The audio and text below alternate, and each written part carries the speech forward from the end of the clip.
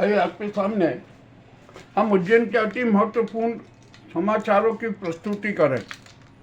मामला बेहद रोचक है, अति गंभीर भी है। तो आइए उज्जैन के प्रमुख समाचारों की झलकियां आपके सामने प्रस्तुत करें। हमारे यहाँ सप्त सागर में हम बार बार उनका कहते आए कि देखिए सप्त सागरों की स्थिति सुधारी है, बिल्कुल नहीं सुधारी गई। अब 7 में से 6 सप्त सागरों का पानी डी ग्रेड का पाया गया।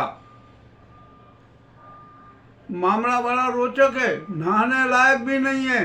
क्या हो रहा है ये, क्या बात की जाए, अब देखते हैं क्या होता है।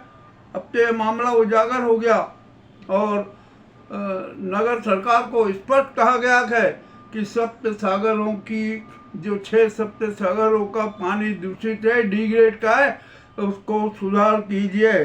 और नहीं सुधार किया ना तो इस नगर सरकार पर ही भारी दंड लगा देना चाहिए।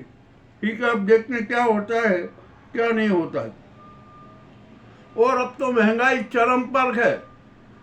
महंगाई की तो कोई आप बात ही मत पूछिए। मध्य उज्जैन में लूट राज कायम है, सब तरफ लूट ही लूट मची हुई है। होटल वाले लूट रहे हैं, ऑटो वाले लूट रहे हैं, ई रिक्शा वाले लूट रहे हैं, मंदिरों में लूटपाट जारी है, छाती ठगी जारी है, अध्यात्म के नाम पर ठगी जारी है, तंत्र मंत्र के नाम पर ठगी जारी है। हर तरफ ठगी, लूट और डकैती का आलम है, परंतु प्रशासन पुलिस को किसी बात का कोई ध्यान ही नहीं। न नगर निगम ध्यान दे रही है, कुछ नहीं दे रही है। बस अंधेर नगरी चौपट राजा वाला काम है। अब क्या किया जाए भैया, ये तो उज्जैन का दुर्भाग्य है। अब यहाँ पर मध्य प्रदेश सरकार ने किराया बढ़ा दिया, 2 रुपये प्रति किलोमीटर कर दिया, जबकि यह वृद्धि बहुत गलत है। यह वृद्धि सिर्फ मात्र 1 रुपये 50 पैसे प्रति किलोमीटर होना चाहिए, परंतु नहीं, अब तो सीधा 2 रुपये प्रति किलोमीटर कर दिया। अरे आपने सड़कें बना दी, अच्छी सड़कें बन गई, मेंटेनेंस कम हो गया, सब कुछ ये हो गया, मगर आपने कुछ ध्यान ही नहीं था। तो मुझे ऐसा लगता है कि मध्य प्रदेश की जनता को कंकाल बनाने का कार्य सरकार ने किया है किराया वृद्धि करके। अभी भी समय है, नोटिफिकेशन वापस ले लीजिए, उसमें संशोधन कर दीजिए और किराए की वृद्धि 1 रुपया 50 पैसा कीजिए। ये जनता की आवाज़ है। अब देखते हैं क्या होता है भैया। यहाँ तो सब तो डकैत राज हैं और सभी तो डकैत हैं। केंद्र सरकार डकैतों की सरकार है और उनके जो चिंटू हैं ना, वो भी सब साथी डकैत हैं। जितने हैं सब डकैत राज पूरा फैला हुआ है। हर चेहरे पर अब तो डकैती नजर आती है। कोई यहाँ पर शुभ चिंतक नहीं है। चलिए अब देखते हैं क्या होता है क्या नहीं होता है। अब साथी ठगी भी बहुत तगड़ी हो रही है, तहसील स्तर गांव तक की ठगी हो रही है। माकड़ों के उमर गांव में बहुत ही बड़ा नाटक खेल हुआ 42 बीघा जमीन का। फर्जी फेसबुक, फर्जी पैन कार्ड, फर्जी आईडी, फर्जी स्वामित्व की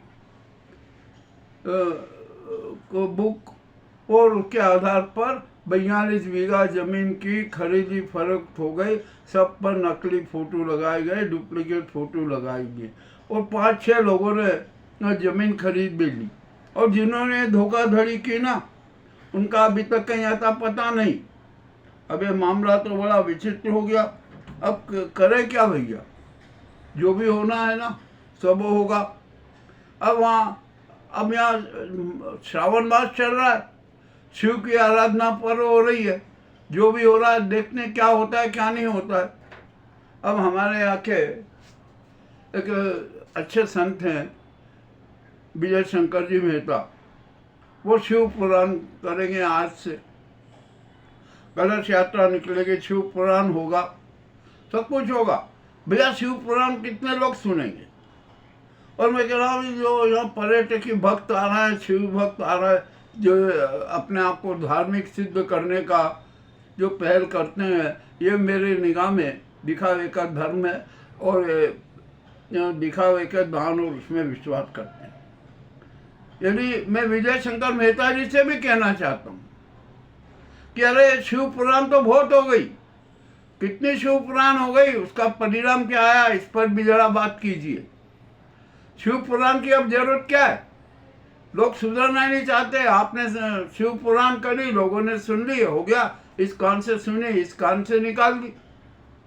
तो जरूरत हमारे यहाँ पर सनातन धर्म में आत्म पुराण की जरूरत है। आत्म पुराण कराइए, आत्म पुराण होना चाहिए, तभी तो सनातन धर्म की गरिमा बढ़ेगी, अन्यथा नहीं बढ़ेगी। ये दिखावे का जो भी आप कर रहे हो ना, ये सब व्यर्थ है, मनोरंजन है, ये मनोरंजन हो रहा है, हम जान रहे हैं। और सच्ची शिव भक्ति कैसे होती है, जरा इसका भी संज्ञान करा दीजिए लोगों को। हमारे यहाँ पर हम देख रहे हैं महाकाल में लाखों लोग आते हैं, पर्यटकी भक्त आते हैं, उनके जरा कार्य कारनामे का भी तो वर्णन कर दीजिए।